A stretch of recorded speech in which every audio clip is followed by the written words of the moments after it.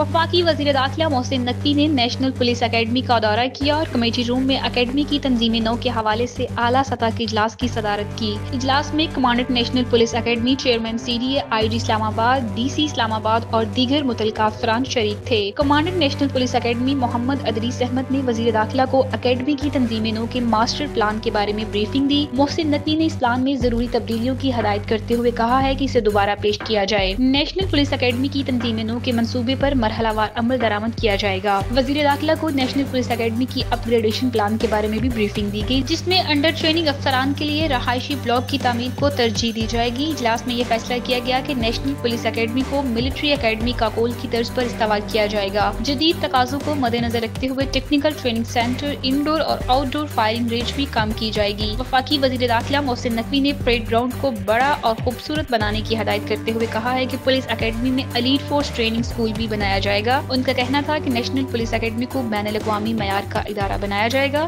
ताकि बैरून मुल्क से भी अफसरान तरबियत हासिल करने आएं।